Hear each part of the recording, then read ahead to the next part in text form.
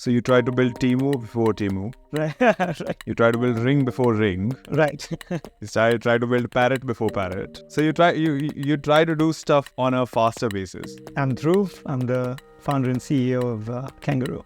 The primary problem that we found was that a lot of people were aware about security, but did not have access to it. It was pretty expensive. We believe that every single person, this is the fundamental thing that every single person should feel safe where they live, where they work, in what they do. We wanted to make sure that whether you are lower income, middle income, higher income, doesn't matter. You should have access to security and safety. What gives you that, okay, fine, my security, I'm going to murder it and I'm going to go and build a company?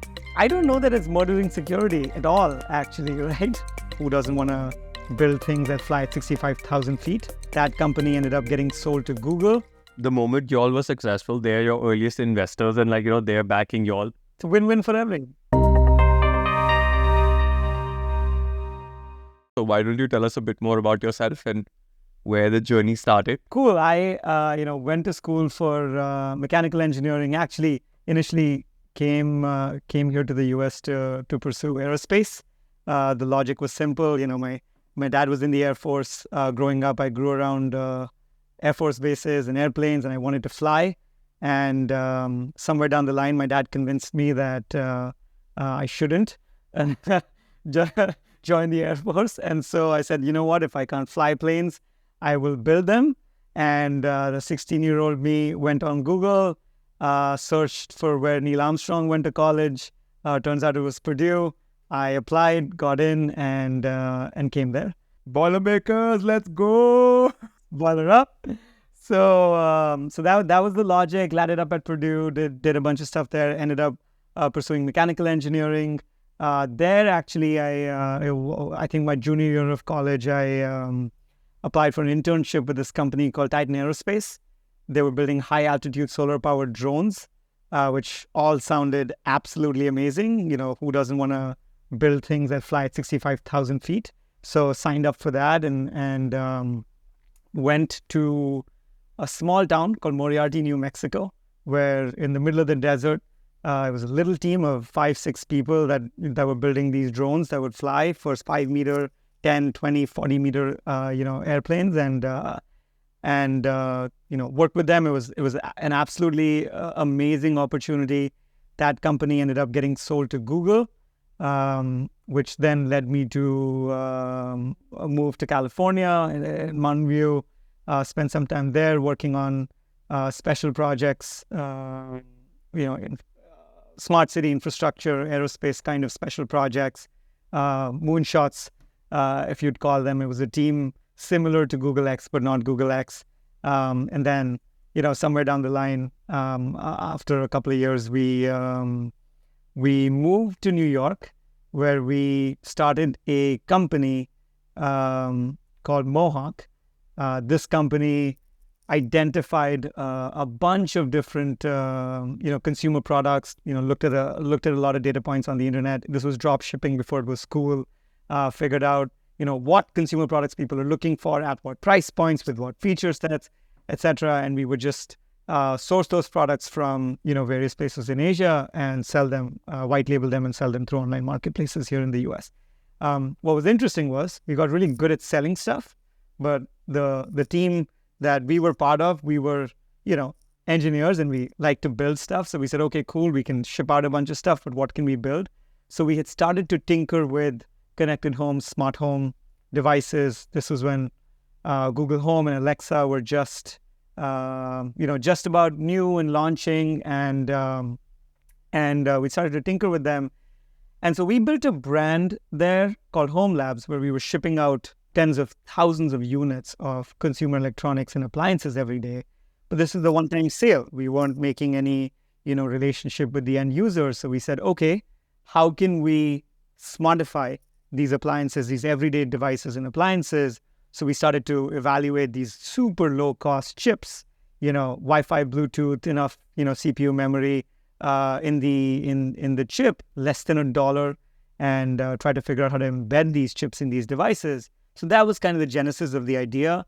Eventually, that company wanted to go public and focus on e-commerce SaaS. So the small hardware engineering, group that we had built, we decided to leave and actually start Kangaroo. And the initial thought was super simple. It's, how can we build a, not early adopter, but mass adoption of smart home, connected home devices. And the hypothesis was simple. If you bring down the cost and you make it super easy to use, you'll be able to do well, right? Because when we tried to go out and play around with smart bulbs, we shipped some out, actually. It was a complete failure, right? Like, we were very excited about shipping out these smart bulbs, and we did, and no one was buying them. So we reached out to consumers. We said, what happened? And they said, why should I buy a smart bulb for $10 when I can get a simple bulb for $1.50? We said, okay, so that's where the hypothesis came from, is make it low cost enough, make it extremely useful. So as we were kind of doing research on what was the right entry point into that connected home space, we all fell in love with security. Like I mentioned, a huge amount of awareness in the US about home security, thanks to Ring and ADT and all of these people spending billions of dollars. However, the bottom 70%, bottom 50 to 70% of the country didn't have access to it. It was too expensive, thousands of dollars in installation, $50 a month in, subscription, etc. And so we said, can we, like, literally cliche 10x reduce the cost by 10x, right? Like, can we make a $5 alarm system? So that was the goal. And with that, we kind of set out and started Kangaroo and spent the next couple of years growing the company. So you tried to build Temu before Temu by selling cheaper Chinese goods. Right. Right. You tried to build Ring before Ring by selling security. Right. You tried to build Parrot before Parrot. So you try to do stuff on a faster basis. But let's roll it back a little bit. Let's talk about the experience of moving from India to the US in the first place. What was that like, and what in your education gives you the pump to not just go the normal route? And I didn't just do engineering at a top class university and just didn't do a job and just didn't stick with it. What gives you that, okay, fine, my security, I'm going to murder it and I'm going to go and build a company? I don't know that it's murdering security at all, actually, right? I think it just depends on, like, how you define it. The most important thing to me is to be able to have just a tremendous amount of fun at work.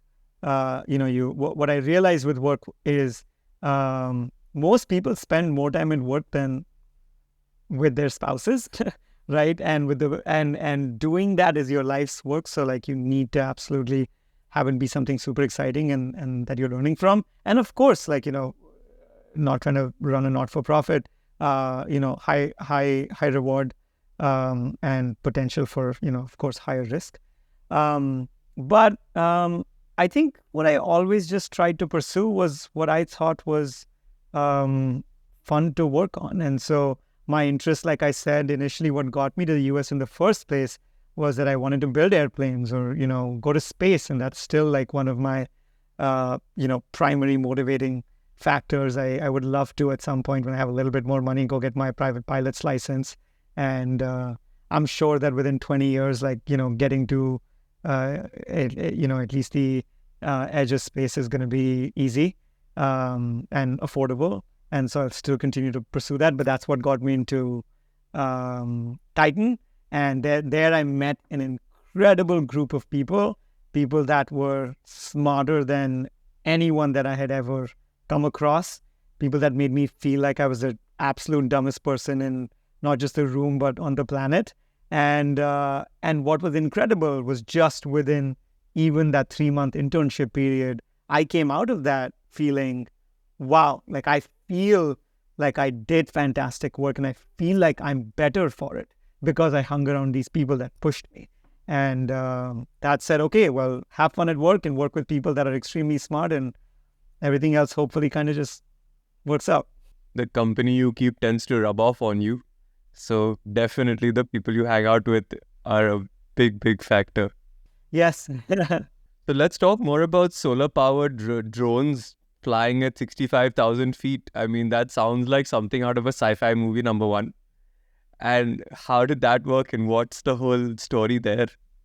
Yeah, no, it's amazing. It was started by one of my co-founders here at Kangaroo too, and I mean the thought was simple, and this is back in like 2009, 2010, which is where that company was founded. Right, you either have it was effectively to bring internet to the 3 billion people on the planet that didn't have it, right? And the two ways to do that was, at that point in time, there weren't satellites up there, Starlink, etc., that were trying to pursue it. But it was getting a bunch of cell towers on the ground, and it's not always possible to do that. So this effectively is you say, okay, cell towers are at this height. Can you go at 65,000 feet? The higher it is, the more coverage you get. And okay, if you want to have a cell tower, it needs to kind of permanently be up there. What can you permanently have up there? There's two options. You either have balloons with helium or hydrogen in them, or you have something driven by solar power or some renewable energy that is affordable enough to have the equipment to, bring internet. And so that was the logic. Super first principles, right? I think Google was doing the Loon project and balloons, right? NASA and Boeing had tried to do blimps, which was interesting, right? Everyone used helium because they thought hydrogen would explode after the 1940s. So the thought was, okay, can we build a big enough plane the size of a football field, the wingspan of a football field, where there's enough solar power to keep this thing up there for 5 years without coming back into the ground. And everything starts with that random idea, and then you unfortunately actually have to build it. So started with a 2, 3, 4 meter plane, and went on bigger and bigger and bigger, and multiple years of R&D, and fortunately Google kind of came in and put their capital behind it and pursued it. But there was a couple other companies that were pursuing it at that point in time. Facebook also bought a company, I think, on a center that was pursuing something similar. So going chronologically, Mohawk, where does the name come from? You know what? I'm not sure. I think it was just that the domain was available. And the name sticks, nah? That was not my doing. Yeah, and the name sticks. I mean, that was actually not my doing. I was an early employee there. I was not one of the founders. But again, like really fantastic people.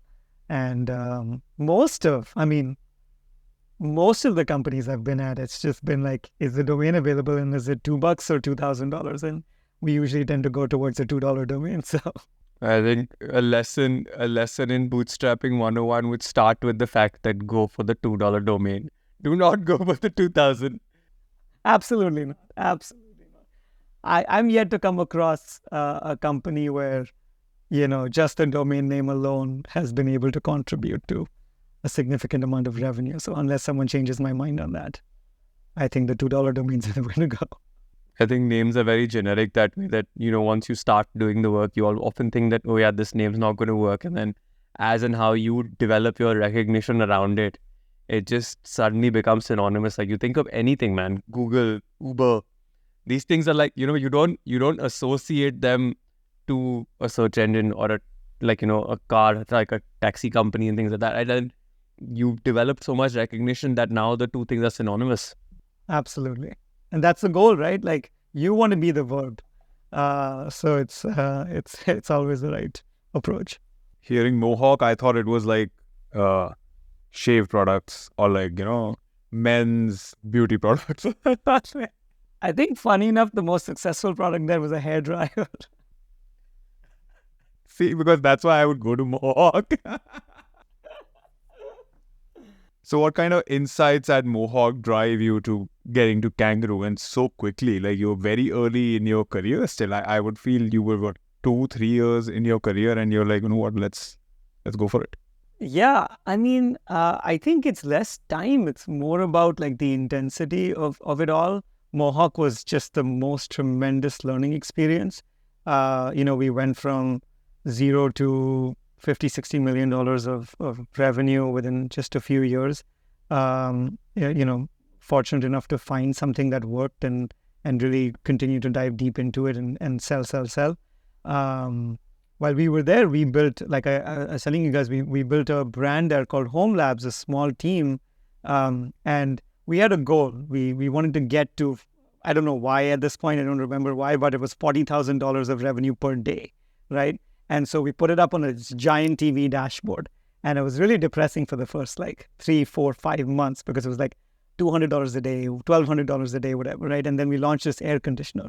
And suddenly we sold through 2 containers, like shipping containers worth of air conditioners in a day. And we're like, holy shit. Like it was like $2,000. And then boom, like it went from that to, 20, 30, 40. And when you get to that, like when you taste product market fit for the first time, I think it changes how you feel about life. Like we were there, we slept in pods in the office for months. We just like, not because of anything else, but because we loved it. It was so addicting to continue to build.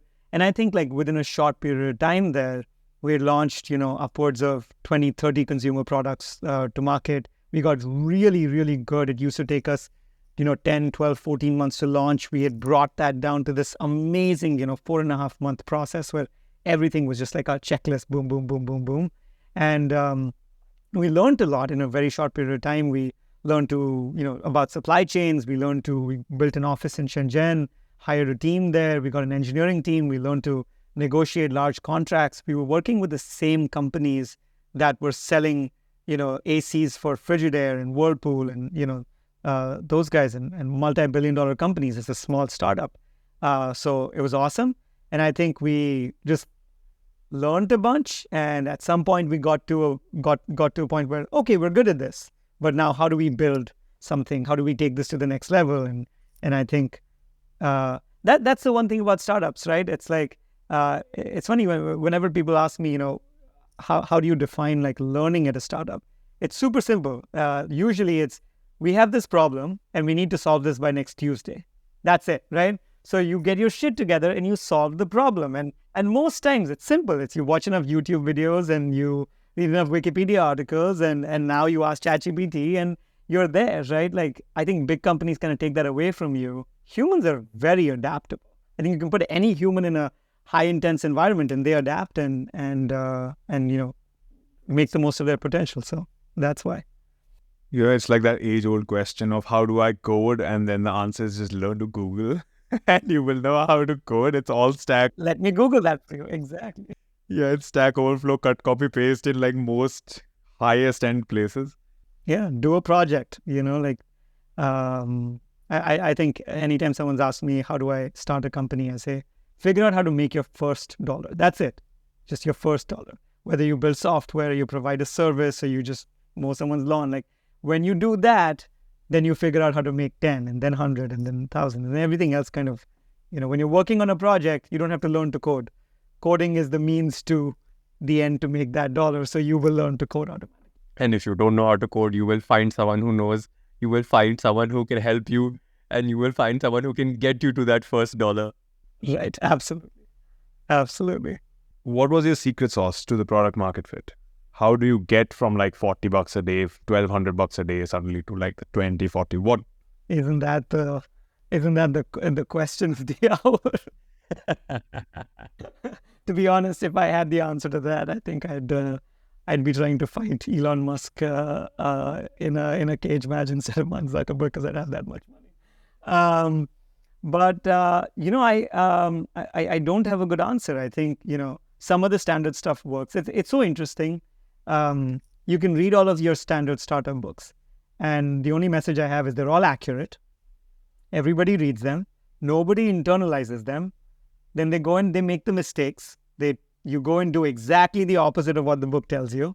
And then you're like, oh, now I understand because I felt the pain. And then you never make that mistake again. So I think product market fit, same type of question, right? Like, don't try to raise money before you've kind of figured it out. What does figuring it out mean? It's try to build the smallest possible product that provides real value. Talk to your customers, and get it out there. I think, few little lessons that we learned along the ways. We thought, give it away for free and people will start using them and using the product and then give us feedback. And based off of that, we'll iterate. Wrong, right? I think that true product market fit is super simple. Did you solve a problem for them that they are actually willing to pay money for? So you should always charge. for it, right? And if at the point where someone will pay you for it, you know that you're getting somewhere. And then I think that true product market fit, this is just my opinion, but true product market fit is when you're not the only one selling, right? Like you're not the only one pushing. There's a little bit of a pull as well. People hear about it. They're fans of your product, and they come back and they want to buy more. So sorry for the generic answer, but I'm not the one with the golden ticket here. I mean, I don't think that was generic at all, man. So not generic in my books at least. And I think this concept of reading books and not being able to internalize problems is a very normal thing for anybody. I've often been given this line by my parents and all that, learning from someone else's mistakes is something that is the hardest thing to do. But if you are able to do that, you are going to be X number of steps ahead in life. It's very easy to learn from your own mistakes, but, reading about someone else's mistakes and being like, okay, yeah, this is the stuff that they did and this is the stuff that I should avoid. It just, for some reason, I think human beings are wired in a way that it doesn't make that final step. You'll read about it, you'll quote it, you'll do so many things once you've read something, but having that presence that in that moment you're not going to make that same mistake, I have not seen many people do that. And I think that's what differentiates the top, the most successful people from everyone else. 100%. 100%.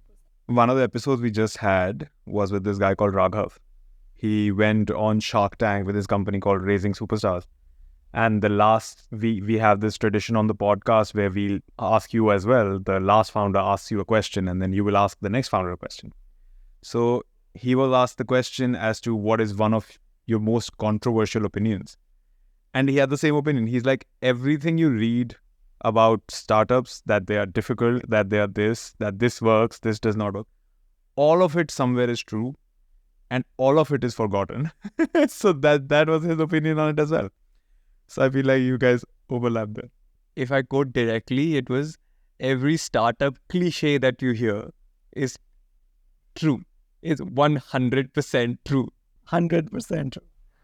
Like when you do your postmortems of why the last year was shit or why the last startup was crappy, you're like, yeah, clearly could have avoided it. Like the statistics say these are the top 5 reasons, bang on top 5 reasons, But then I think the difference is that you don't do the same thing again, that you learn from it. However, right, and this is a little tricky to balance.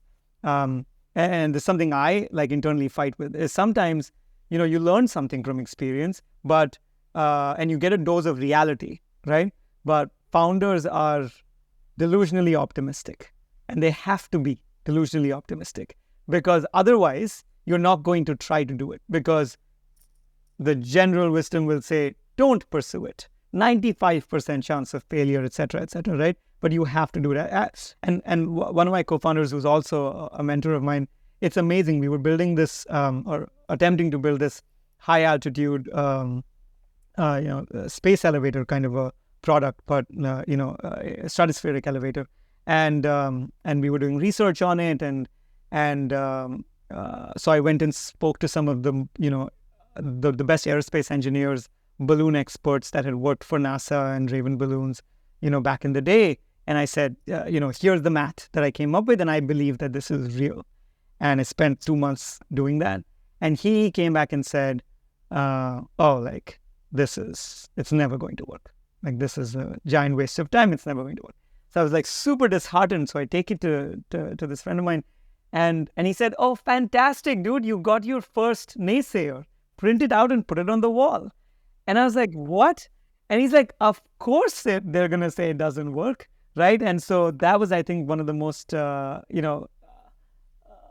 life-changing moments for me, because that basically told me, you have to be optimistic and delusionally optimistic. But how do you balance when you get a dose of reality with startups and not lose your optimism? So something interesting that I would love to learn from other founders, how they've done. Why don't we ask you the question, how do you balance, a dose of optimism with a dose of reality? Let's go. I am trying, and it is a struggle. But I think what I've learned from the dose of reality is things like product market fit, is things like fundraising, when to raise, when not to raise, when to hire, when to go fast versus not. How do you ultimately how do you build a fundamentally strong business, where you make more money than you spend? I think that is the definition in my mind of a fundamentally strong business. And I think all of the learnings have kind of contributed towards that, is to build a fundamentally strong business. But the optimism is still there. I mean, you have to go do big things. I think it takes the same amount of effort to build a hot dog stand as it does to go build a rocket company. So you might as well aim big and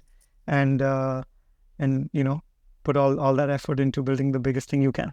I think the passion has to drive the whole momentum there, where if you are passionate about building that hot dog stand, go and do that. Because if you're passionate about building a hot dog stand, you're not going to build a very successful rocket company, that's for sure. I also love the fact that you tried to build the Willy Wonka rocket. The glass rocket that would just take you to space. Right. Right. So the inspiration is very clear. The space elevator, yeah. Hey, it's technically possible, theoretically possible. Did that ever get off the ground?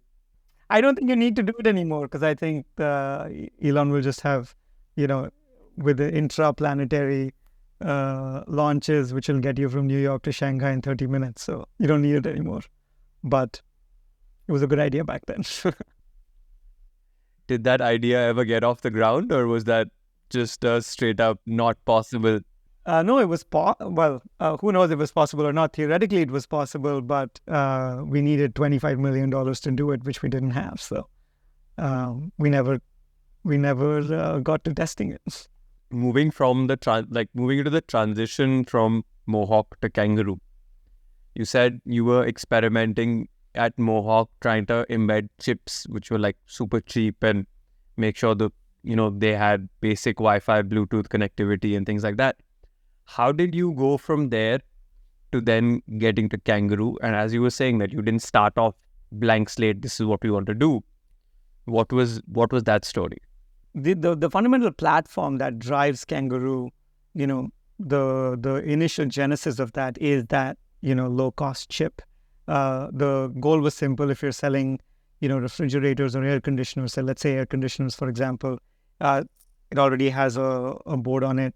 Can we embed this chip with a daughter board that controls? So if you want to use your air conditioner as is, great. If you want to download the app and quote unquote smartify this air conditioner, you can do that as well, right? And the reason we wanted to have it as low cost as possible was because we didn't want to change the price. So we're selling that for $90.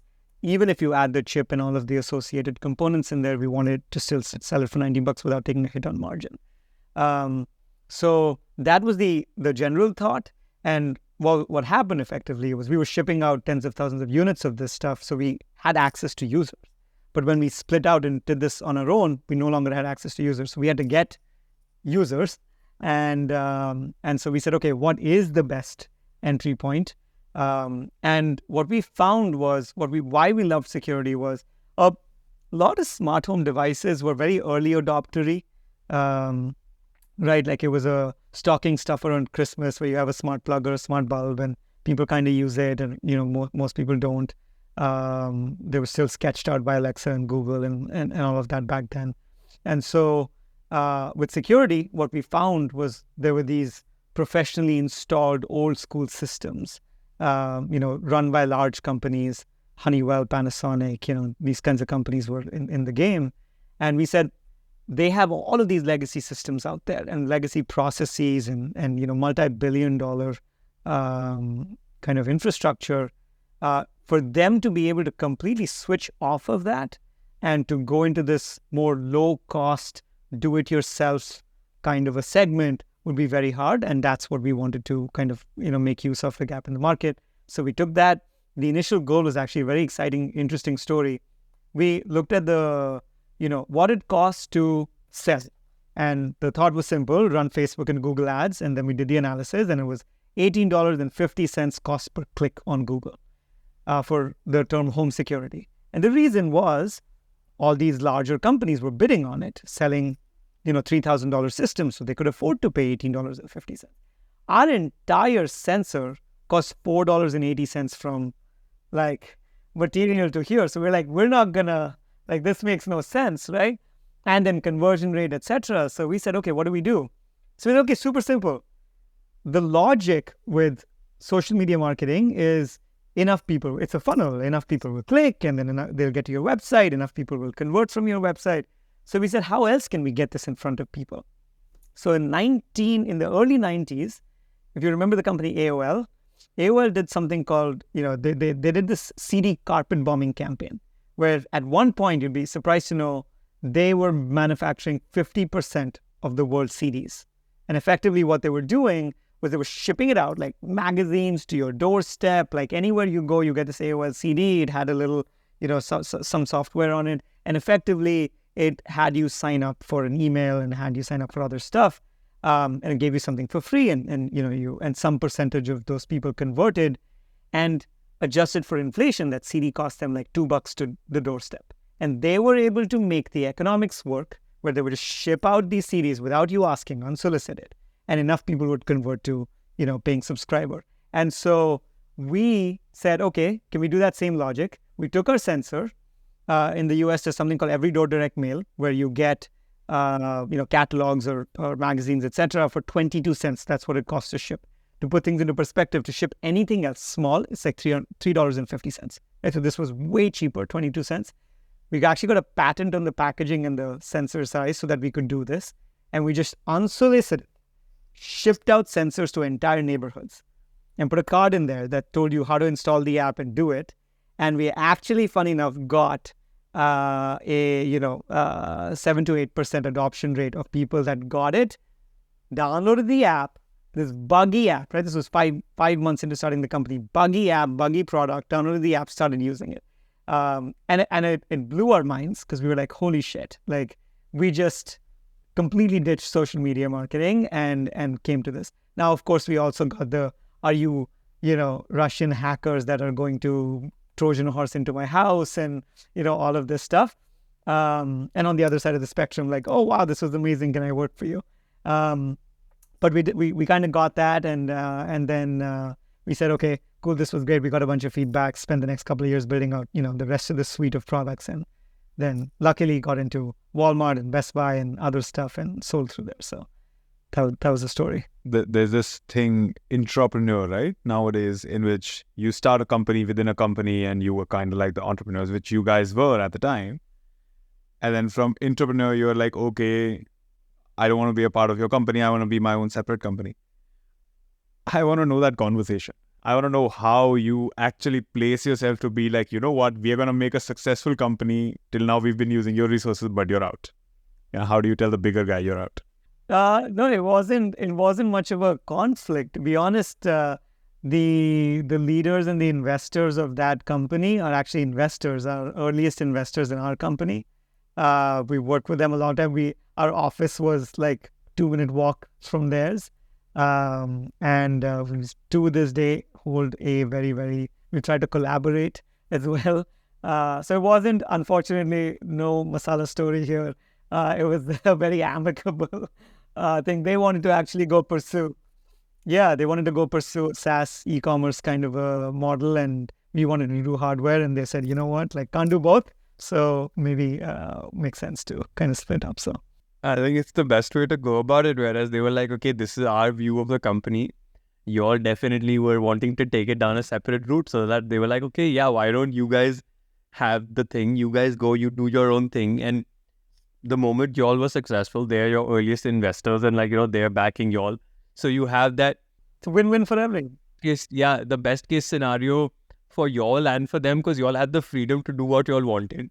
And you had this giant or whatever, this sort of person who was becoming or wanting to turn into a giant in the field of SaaS and all that. So, I mean, better than a masala story, I think this is a great way for a lot of people maybe who are, not very big fans of what their company is doing, or they want to take it in a different direction, or they've actually done some work and, they're not getting support internally. In fact, we had this guy, again, who we spoke to, who runs this sort of venture capital startup incubator type thing, and we asked him this question that how do you stop your employees from becoming founders themselves? And he goes like, no, we don't. We genuinely encourage them to go ahead and take on such projects. And we're like, if you are entrepreneurially driven, oftentimes we will give you things to head and understand and things like that. And this sounds like such a similar, thing that Mohawk did, only that they were like, okay, you guys are separate to us, rather than keep you under their wing and be like, okay, yeah, you do your own thing within the whole, umbrella of the company.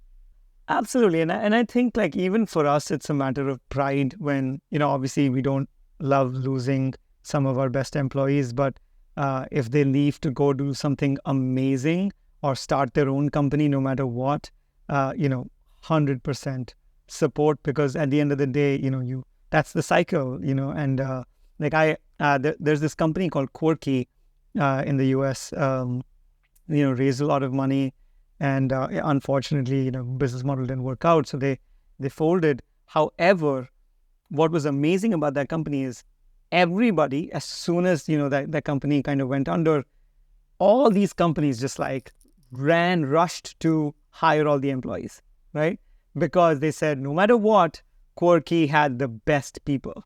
And like that is something that I always aspire to do. Obviously, I want Kangaroo to succeed, but if we don't, my hope is that externally people are looking at Kangaroo and the team and say, holy shit, like ex-Kangaroo meant something. For people that have left us that we were very sad to have seen go, they're all doing, absolutely fantastic, amazing things. So super proud of that one fact. Let's get into the product a bit more. What is the product? What is the whole setup? You said you spoke about sensors, you spoke about the cost of the sensors, and you spoke about your early marketing and things like that. But let's get into the nitty-gritties of security, home security, smart security, and what you all were doing. Yeah, no, it's actually interesting. Like in the US, maybe there is a little bit more awareness, right? But like the rest of the world is still pretty far behind in terms of like the penetration of residential or commercial security applications, and so I think that the market is huge even outside the US, so lower cost makes a ton of sense. But in terms of the product, it's super simple. Most security systems have a hub, and that hub, there's a proprietary communications protocol between the devices and that hub. That hub is connected to the internet. A lot of the old school security systems actually didn't even have a mobile app. And so, you're just getting a phone call from somebody in a call center that says, hey, like, your sensor tripped. Are you okay? And so one thing was, can we bring the cost down? And the other was, can we, use emerging technologies and actually make use of what people use today, have an app on the phone, push notifications. They can monitor themselves instead of, paying for somebody else to monitor for them.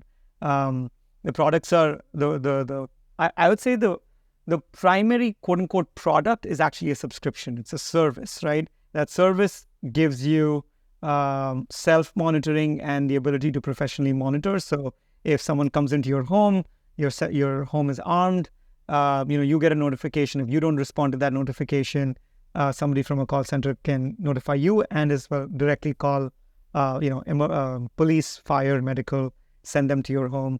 And what we actually realized was, what is true security, right?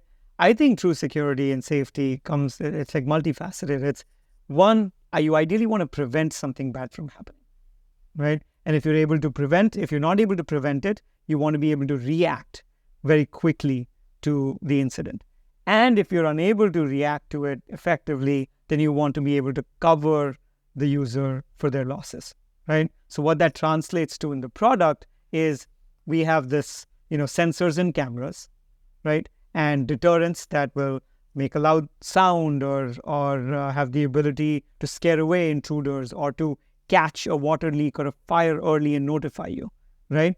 And then the second component of that is react to that problem effectively. So whether that's notifying you so you can take an action or notifying police, fire, or medical so that they can take an action, right? That is the reaction component of that.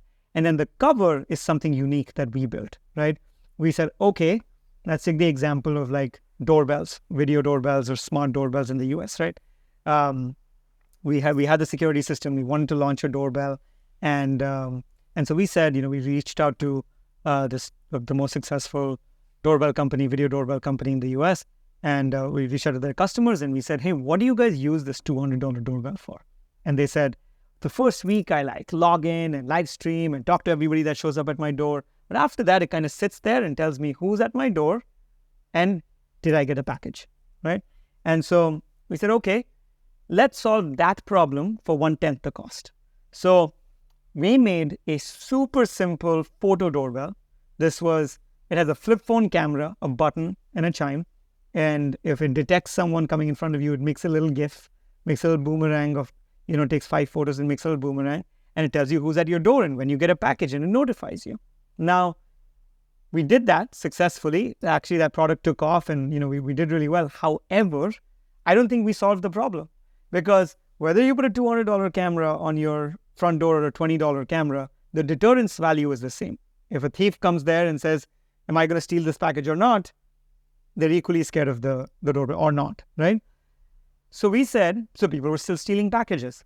And so we said, okay, what you actually care about is either the package doesn't get stolen or you just get the money back for the package as quickly as possible, right? You don't want 8K video of someone stealing your $19 thingamajig from Amazon. You just want your $19 back and move on with life. So we created this package theft coverage policy where if our doorbell catches someone stealing your package, we are able to reimburse you. And that was our most successful, subscription product. So we did this whole, prevent, react, cover situation. And then we expanded that to theft and damage coverage. So if there's a water leak and we detect that water leak, instead of first, it doesn't become a $2,000, $20,000 leak. It's a $200 little puddle in the kitchen and the cabinet is kind of off. And so, whatever pipe's broken, you call the plumber and we cover the cost of that, right? So effectively taking a significantly bigger problem and either preventing it or just making it a small problem, fixing it and getting the users back to normal as quickly as possible. So that's the product. The medium is, of course, sensors, outdoor, indoor cameras, video doorbells, photo doorbells, water sensors, fire sensors, motion sensors, all of that stuff. And then on the subscription side, it's self and professional monitoring and these coverage policies. And for the longest time, we went to market direct. So we sold through our website, Amazon, Walmart, Best Buy, which are also interesting stories. But more recently, we've pivoted to, cliche word pivot because market is trash, but pivoted to, white labeling our products and services for other larger companies so they can sell security to their customers. And, it's a great deal for us because we make high margin recurring revenue through them. So this got very interesting. So you guys started as a hardware company, then you are a SaaS company where you're like, okay, now we give subscriptions. You give subscriptions and now you're an insurance company. Yeah, I wouldn't call ourselves an insurance company, but yes. Now that there is an element of insurance to it, let's say that your package goes away, I'll pay you for the package, and because you're giving me a monthly fee, that'll collect. Let's talk about the system, how that is in place. Like, how do you give their money back? Where do you get the money from? And, how do you make money out of that? Yes, without giving away much of the secret sauce. This was a program that did not exist before, right? Package theft coverage as a concept did not exist before. We built it and popularized it. And so we ran a pilot ourselves where we took the risk. We launched it with a small cohort of users. We found that to be a bunch of experimentation, found the right configuration of the policy, and we found it to be significantly profitable. With that, what we did was we, on the back end, put a backstop where we can only limit the total number of losses. Imagine for whatever reason, all the packages and all the the entire planet gets stolen all on the same day, barring that catastrophic loss. And to cap it, we got an insurance policy for the company on the back end. So that's the mechanics of it. But the user mechanics is simple. Like it's in the app. Submit a claim. You hit submit a claim. It pops up a window. We already have the videos and photos, so you just select the video photo that's attached. Yeah, and very little information that takes less than 60 seconds to give us. Obviously there have been people that have tried to scam us. So like when we see that, we're able to be like, okay, those were 3 pumpkins. That was not yours, or that was you. That was not, somebody else. And we ask for like a police report, etc. But otherwise, we pay people within 48 hours. The points where we've tried to Venmo people back because we're like, how can we make this as easy as possible? We don't want to do checks in the mail and all that crap, right? So like we try to be as flexible as possible with our users. Are you personally going through the videos, the video feeds? No, we are not. There's a designated person who, and we only go through the video that they share. So there's a designated person that goes through it and then shares that with our backend insurance company as well as evidence. And if there's questions, they come from either our team or the insurance company, and then we go back and forth with the customer. Actually, like, good point you brought that up, right? Like with home security and cameras and footage and all of that, I think one of the biggest issues is privacy, user data privacy, right? So we have an interesting system. Nobody in the company can access the videos by themselves. There's 2 designated people. Both have to approve for anybody to go in. The only time videos can be accessed are if we get a legal like subpoena or warrant, which happens a lot. Like we'll get, a couple of them a day or sometimes more because of, eventualities. User base is close to 1 million people now, so it's everywhere. And so both of them have to approve, and then there's a public log. Public has an internal company public log of any time that system is accessed. So it keeps everybody honest. Nobody's able to go in and see anyone's videos and photos and activities. So this whole concept of privacy is such a controversial thing, and as and how we're going along, it's becoming more and more and more important.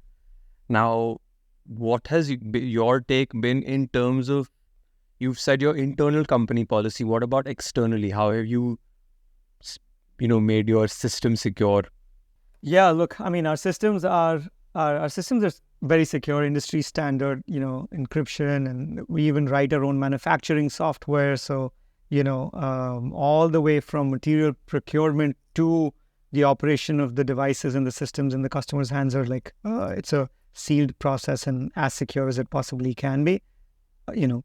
Can we be vulnerable like as everybody is? I'm sure, but we've spent a lot of time focusing on that. We've tried to target both sides. One is the stuff that you absolutely have to do legally, right? Then we've taken it a step beyond and made sure that we make it without compromising on the experience of the user, that we are, doing the authentication, 2-factor authentication, double checking everything. The other thing that we have also tried to target is the perception of privacy and security, right? So we actually have a patent on this. We built what we called a privacy camera because this very reason, right? We wanted to build a video camera, and it was super interesting. We looked at our own houses and our friends and family, and we looked at people that had video cameras inside their homes for security. Literally all of them, right? Either the video camera was unplugged, or it was turned towards the wall, or there was a t-shirt on it or a towel on it or whatever, right? Because nobody likes, even though it's their video camera, they own it, their app, everyone's worried somebody out there is going to be watching you, right? And sometimes that somebody is not an external hacker. It's like a friend of mine visited or acquaintance visited and I gave them access because, they came home and then I forgot to take it away, right? And obviously everyone's walking around naked in their home, so as you should be able to. So you don't want that out there. So what we built was something interesting. We said, okay, let's put it's called a polymer diffused liquid crystal film. So we put this film sandwiched it in the lens of the camera, right? And we tied that circuit back to the audio of the camera as well. So when the camera is in quote unquote privacy mode, there's an opaque physical film. Basically, this when you pass current through it, it's transparent, and when you take it away, it's opaque. That's what this material does, right? Super interesting. And so when it's in privacy mode, there's a physical layer which shows you that the camera is not looking at you, and while that is on, the microphone is off too. Like same circuit, so no way of quote unquote hacking it. And if someone's watching you or if your camera is not in privacy mode, then it's transparent. So it's super simple. You arm your home, it's transparent, it's looking in. If you disarm your home, you come back home. Instead of throwing that towel on your camera or unplugging it, because then it makes it ineffective, you just turn on privacy mode.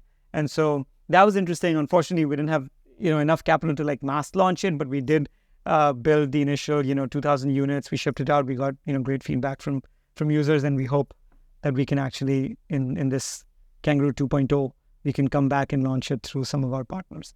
Could you just put like a plastic shutter on top of it? Yes, but then you have to go physically on and off it. Oh, you can do this via the app, yeah?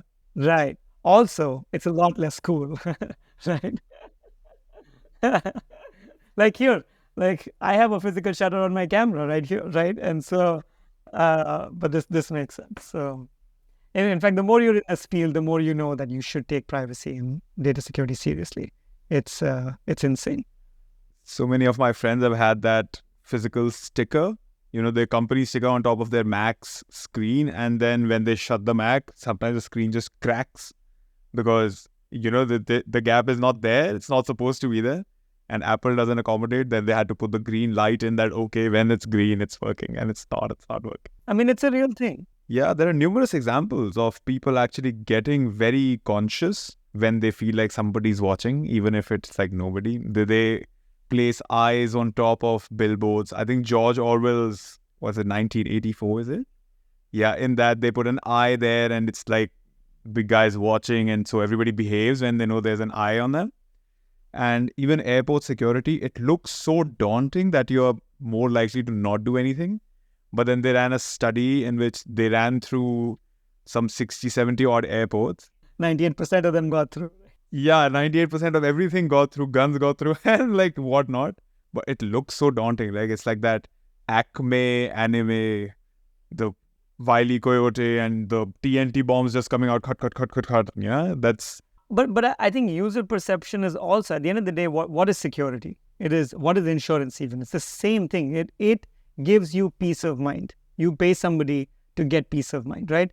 Perception is also peace of mind, right? And so if you're giving someone the feeling of comfort and you're mimicking what they do, but in a slightly better manner, then you're selling them a product that they're willing to pay for, that gives them value. So no problem.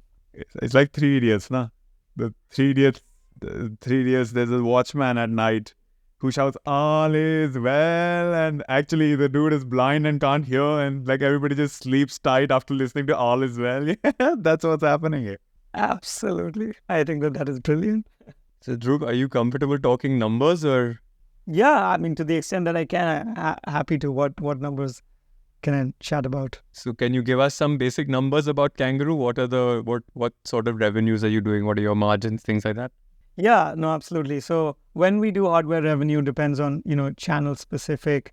In larger big box retail companies, we've done up to $10 million, $10 to $12 million a year of revenue.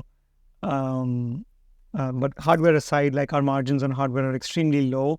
The goal was, can we break even on the hardware and actually build a subscription business, which is a mistake. So pricing is something to really focus on, and is unsustainable. So we have increased pricing and we've changed the business model a little bit. The subscription revenue is great. It's upwards of 72% gross margin, which is what we want to build and what we want to grow as we're kind of moving forward with B2B deals, where we private label our products and services to our customers. Our hardware margins are closer to 30-40%, and subscription margins can vary anywhere from like 15 to 80%.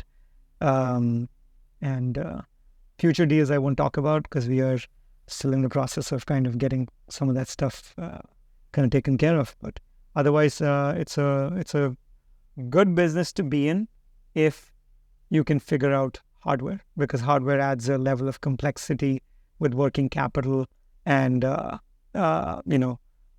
rest of it that software-only businesses don't have.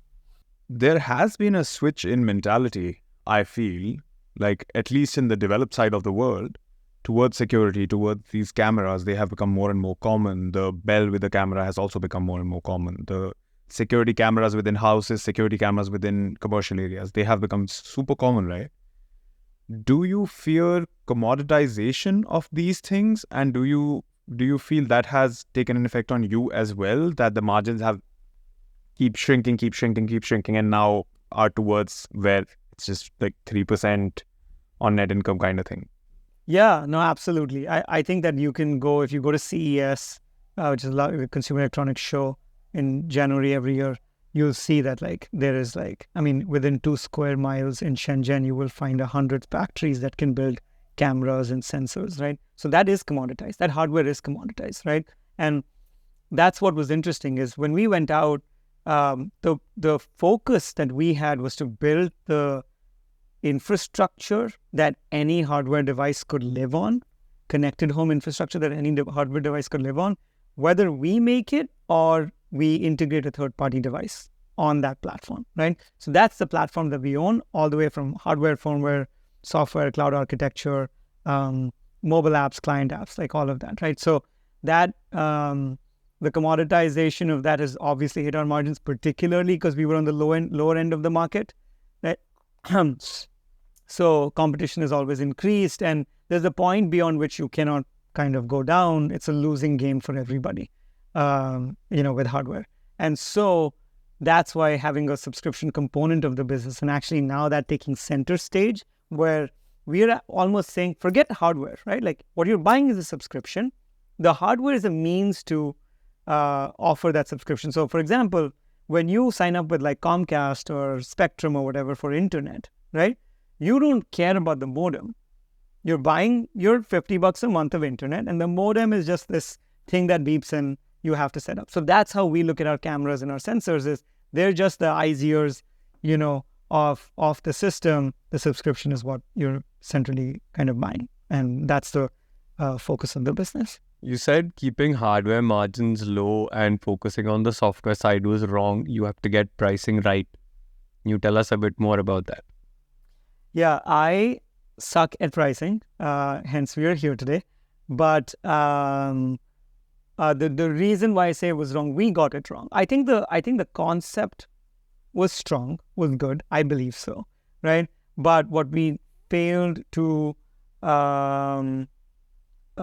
count for was that it's a very capital intensive game. Like if you do that, you need tremendous amounts of scale and availability of capital to be able to succeed, right? And obviously delusional optimism figured we're going to take over the world within 12 months, right? Like everything takes longer than it actually does.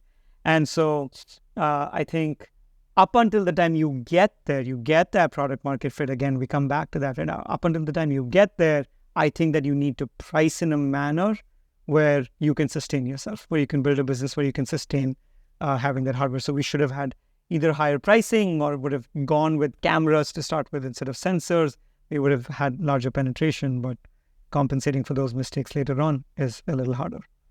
So after trying to do Temu before Temu, Ring before Ring, now you tried to do the Amazon hardware game before Amazon.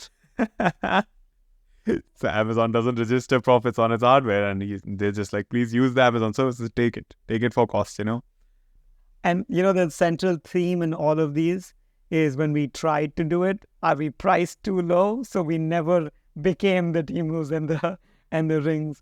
But now we believe we found ourselves a good niche and have a good path forward. So we have this tradition where we ask you a question left to you by our previous founder.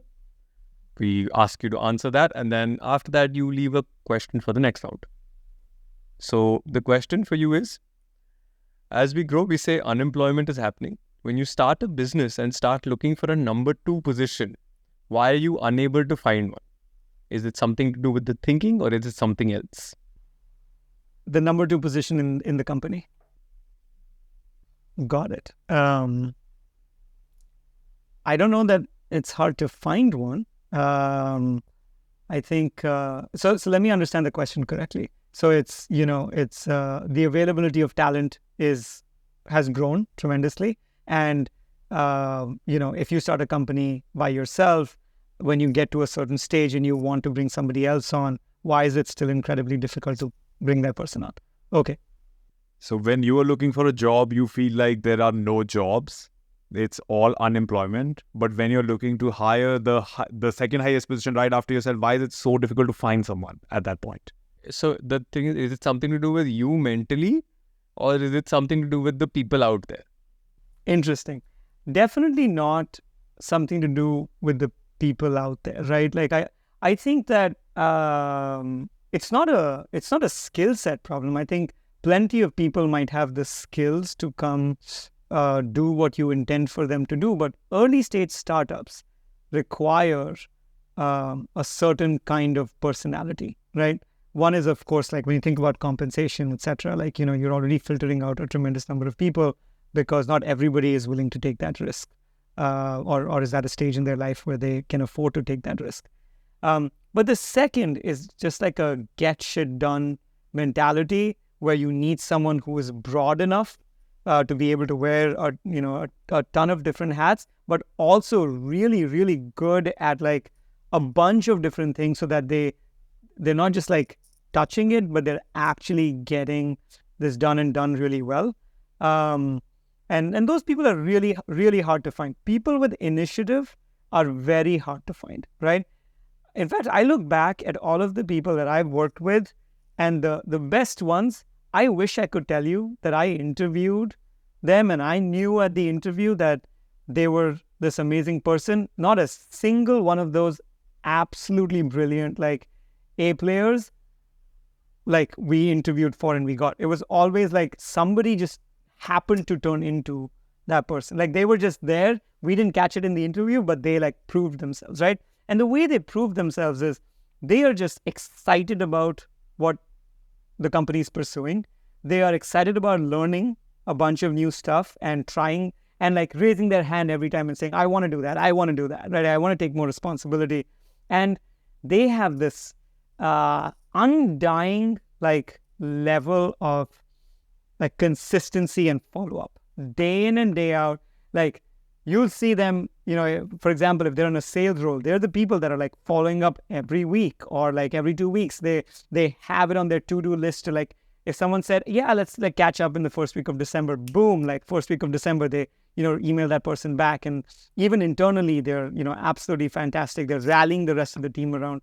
Those people are extremely hard to find. And I think that maybe what that, the person asking this question, I think it's hard. It's right, because you cannot interview for it. Or at least I have not to date found a way to interview for it.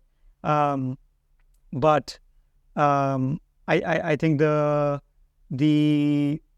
best advice there is hire fast, fire fast. Like you're not going to get it right every single time.